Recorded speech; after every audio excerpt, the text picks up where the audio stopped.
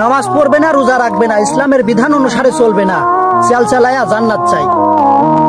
কিন্তু খুব সহজে জান্নাতে যাওয়ার জন্য পীরের পিছনে ঘুরবে।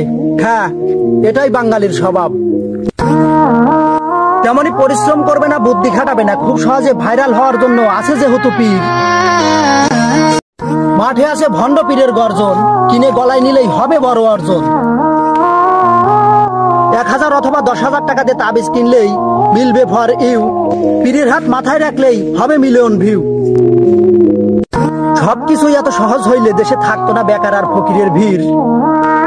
বাঙালি বুঝেও বোঝে না, কষ্ট না করিলে কেষ্ট মেলে না, নামাজ না পড়িলে জান্নাত মেলে না, পরিশ্রম না করিলে সফলতা মেলে না। হুজুরকে বাঙালিদের বলি, ভণ্ড পীর ছাড়ো, নামাজ রোজা ধরো, জান্নাত খোঁজো। পরিশ্রম কখনো বিফলে যায় না, বুদ্ধি খাটিয়ে ভিডিও বানাইলে পীর লাগবে না, অনলাইনে মিলবে ফর ইউ, মিলবে মিলিয়ন ভিউ। পীরের পিছনে না ঘুরে পরিশ্রম করো, নিজেই পীর সাজো।